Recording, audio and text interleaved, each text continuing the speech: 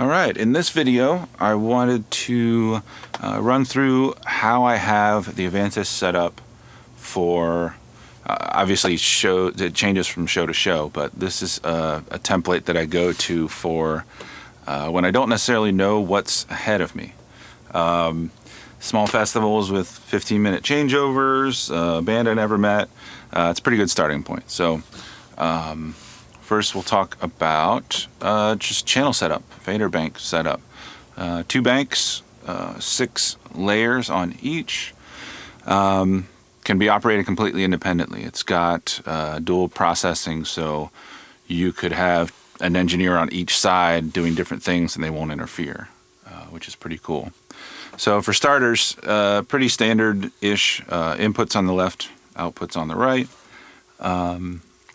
So my first 4 or 5 layers here are 1-to-1 to the stage. It's just handy if you can do it. I prefer it in case you got different people jumping in the middle of a set to help out. It's just one less patch sheet they have to carry around. So for starters, first layer, first 12 are all drums, channels 1 to 12.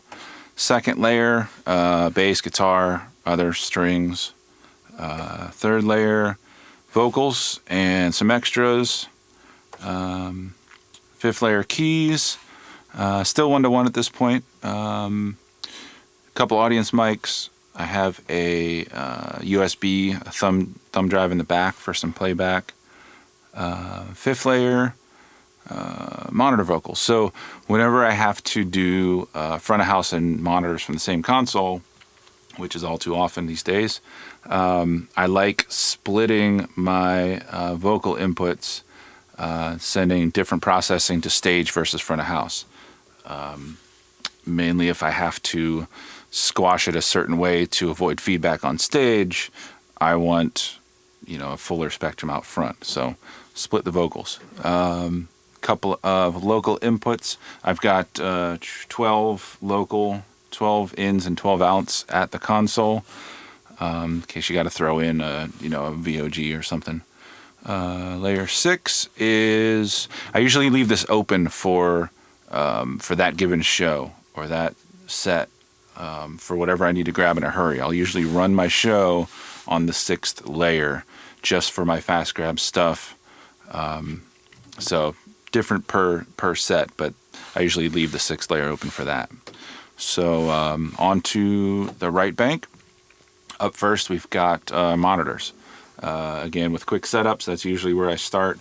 Sometimes we'll do line checks and monitors at the same time. So that's up first. I've got wedges. I've got my front of house or monitor wedge, talkback, master bus, and these are matrices for subs and mains.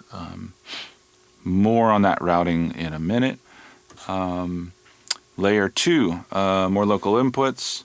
There's my MP3, wedge, talkback, and again my subs and main. So this board has an option where you can freeze this sort of grayed out master section. Actually, you can freeze anything anywhere if you want, but one of the defaults is to freeze these 4 channels, so as you page through, it stays the same. I like a little more flexibility than that, but I do have my subs and mains on most layers, just because I like to be able to grab them in a hurry if I have to. So you'll see those here on most layers.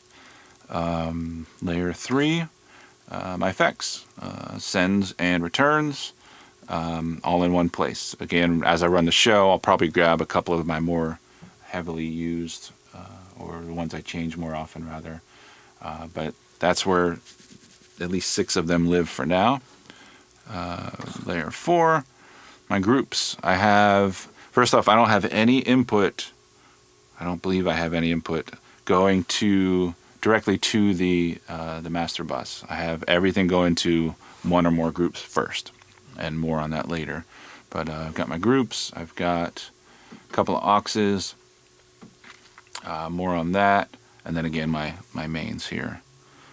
Layer 5, DCAs. I've got, and again more on the routing in a minute, but one for each instrument, type of instrument basically. Band, which is everybody but vocals. Stage is all stage inputs. And this is mostly just to have a quick mute. I have a mute group set up for it as well, but for like set break and whatnot. Effects, monitors, all. This one here is literally every input, every output. Anything that can pass signal is on this DCA just for like an oh shit mute. Like if something happens and I don't know where it's coming from, that's a kill it switch. So, and then again, my mains. 6-layer, again, it's not set up now, but this is what I will mix the show with. I'll usually have DCAs and groups and a couple of effects, whatever I need most often or in a hurry during the show.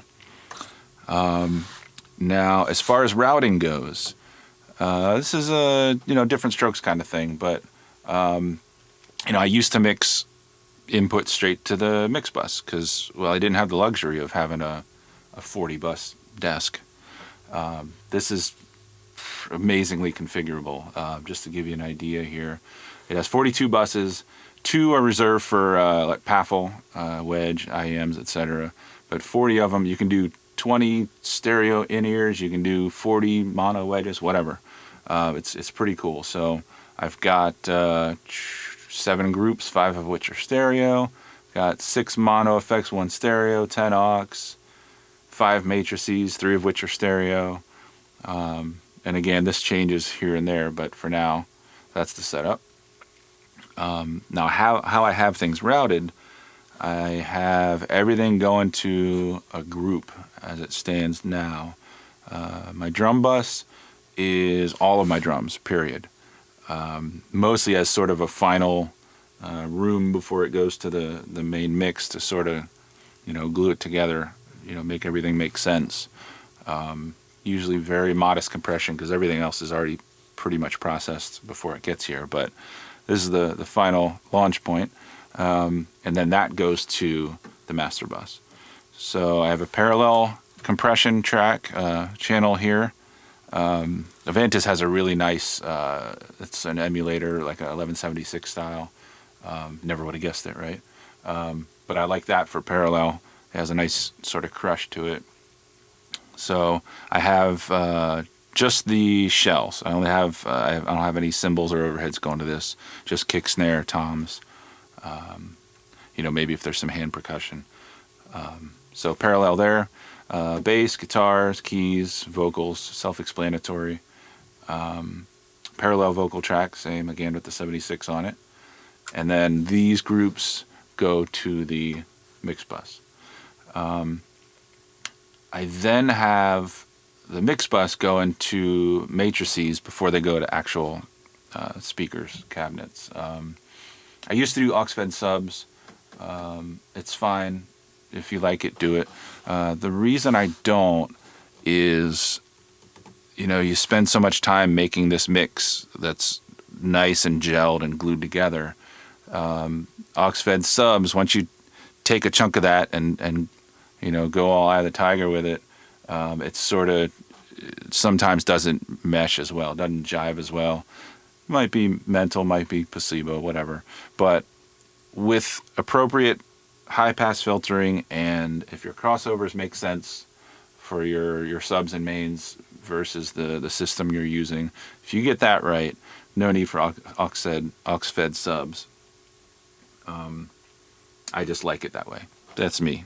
Tear me apart in the comments if you like. That said, in smaller venues, I'll usually do an aux for the center fills, for the front fills. Because for the front row is getting a face full of guitar amps, for example. You don't necessarily need to double that and shove it in their face twice. So I'll usually I'll go a little heavier on vocals in the front fills for smaller clubs. Big outdoor shows, that's different. But so sometimes I'll do auxes for certain where I would have a matrix. But mains and subs, matrices. So there's that. Another, sort of different strokes, school of thought thing. When I'm mixing with DCAs, for those that don't know, a DCA, digitally controlled attenuator, or VCA from the analog world, is basically a remote control for faders. So let's say you have your drum mix just the way you like it, and you want to bring the whole thing down. Essentially, bringing this down is grabbing all these faders as is and bringing down or up or whatnot. That said, I don't have my DCA controlling the input fader. I have it controlling the group that it goes to. The reason for that is I'll have some processing. I'll have a compressor or something on this group, and if I keep riding or lowering the input that goes to it, it's going to change how that compressor is acting, and it's eventually going to change the way it comes through. So once I set my drums the way I want it, and it is an instrument, I consider the whole drum kit, one instrument. You lock in the sound. You don't want that characteristic, the timbre, to change. So once I have that locked in, and once I have the amount of parallel compression I want, and obviously I can change these anytime during the show, but once I have it locked in the way I want it, I have that DCA just controlling both of these groups. And therefore, with that, my processing won't change. So that's how I have my DCAs. I have them controlling the group. Except for when you get to these high track count ones. Band is everybody but vocals. Stage is all stage inputs. This is mostly so if I have to mute something, if I don't know where something's coming from, I want to kill it at the source, so I don't have to guess, at which stage it's causing a problem. So for some, I do go straight to the input. The all is like literally everything, all inputs, all outputs. It's my oh shit mute. if everything goes wrong and people's ears are bleeding. That's everything. So I guess that's it in a nutshell as far as how I have it patched, how I have it routed. Obviously, there's many different ways of doing each step of this. Let me know what you think. Tear me apart. If you have any questions, let me know. I could spend 8 hours just on overviews of each part of this board. So if there's something you want to delve in a little deeper, let me know, and I will try to get something together for that. That said, cheers.